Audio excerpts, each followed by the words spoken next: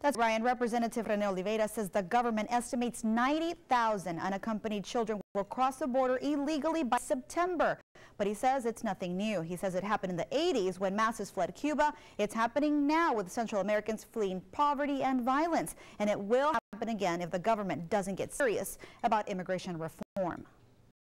The vast majority of them being between 5 and 14. State Representative Rene Oliveira says 90,000 unaccompanied, undocumented children, mainly from Guatemala, Honduras, and El Salvador, will cross the U.S.-Mexico border illegally before summer's end. Anybody who doesn't blame it on the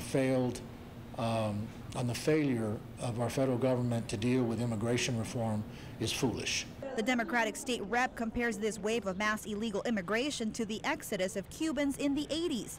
Then, as now, these refugees are fleeing their homelands to save their lives. Are people with parents that were slaughtered in front of them, children that have been raped,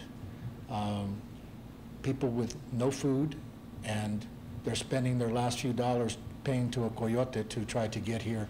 The state has allocated $47 million to be used this year on resources for apprehension.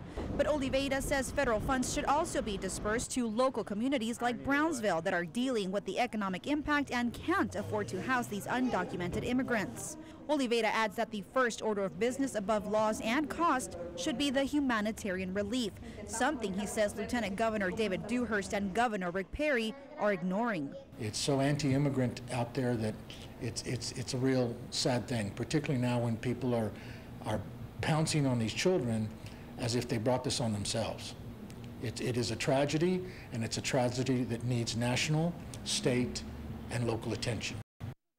Now, Oliveira says the U.S. government also needs to reach out to Mexico to figure out how they can do a better job containing illegal immigration on their side of the border. He adds, although there were talks about a special legislative session to discuss this issue, Governor Perry is unlikely to call one. In the studio, Daisy Barrera, Action 4 News.